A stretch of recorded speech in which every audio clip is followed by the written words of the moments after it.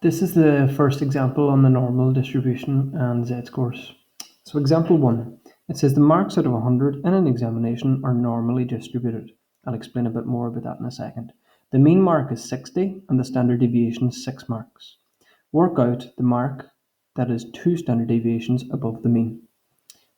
Okay, so just very briefly before we look at part 1, let's just talk about the normal distribution and the empirical rule. So this is a normal distribution. You would have seen it already when we did statistics 1. The mean, which we call mu here, that is right in the middle. And then standard deviation. So one standard deviation above the mean would be up here. And one standard deviation below the mean would be this one here. So this would be the mean minus the standard deviation.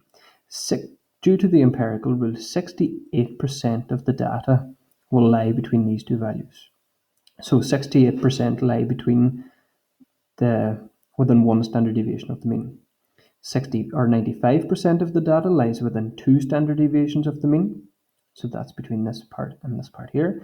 And then 99.7% of the data lies within 3 standard deviations of the mean. So going back to the part 1, it says work out the mark that is 2 standard deviations above the mean.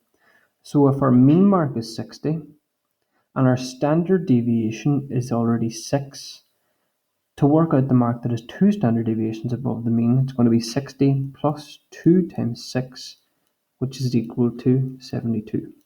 So that means the mark up here is 72 marks. So it gets 72 marks to be at this particular point.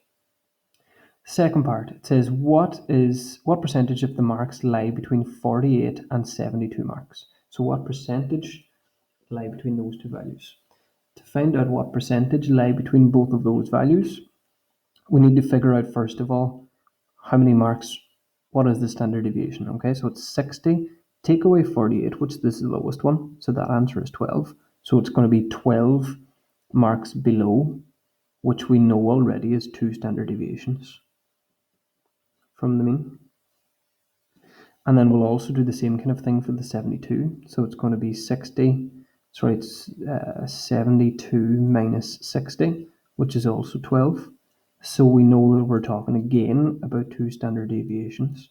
Now, if we're talking about 2 standard deviations from the mean in both directions, we already know that that is equal to 95% of the data. So 95% would be my answer for that part.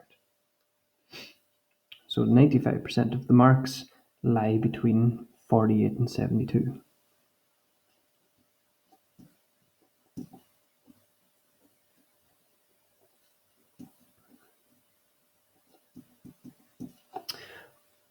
Moving on to part 3. Part 3 says what percentage of the marks lie between 60 and 72.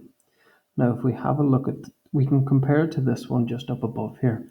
Now this is talking about what percentage lie between 60 and 72. Now we already know 60 is the mean. So it's between 60 and 72. So how many lie between 60 and 72? We already know 72 is this part here. So it's going to be 2 standard deviations, which you already know from the previous one. And since it's basically half of this one here, the one from the previous question was between 48 and 72. This one here is going to be half of that. It's just between 60 and 72. So it's going to be 95% divided by 2, which is equal to 47.5%. Okay, so 47.5% lie between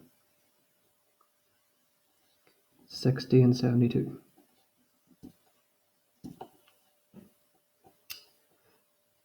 And then moving on to the last part of the question, we'll just scroll up to it here a second. So if 1,000 students took the examination, how many students score less than 54 marks? So first of all, we need to go down to the bottom and we need to figure out 54 marks. How many standard deviations from the mean is that? So we do 60 minus 54. We know that their answer is 6, which is, we already know that is 1 standard deviation from the mean. So if that's going to be 1 standard deviation from the mean, we go back up to the top here. So we have our mean. How many students scored less than 54 marks. 54 marks is here 1 standard deviation from the mean. If that full part here is 68, half of that is 34, so we know this part is equal to 34%. Halfway in the middle is going to be 50% this side and 50% this side. So if we want to figure out what percentage is below this, it's going to be the 50%, which is the full thing, take away the 34%, and we'll find out what we're left with. So we'll figure out then what percentage lie below 54 marks. So it's going to be 50 minus 34%, which is equal to 16%. So 16% is going to be below 54 marks.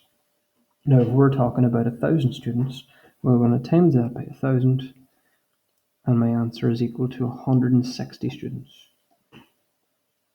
So 160 students score less than 54 marks.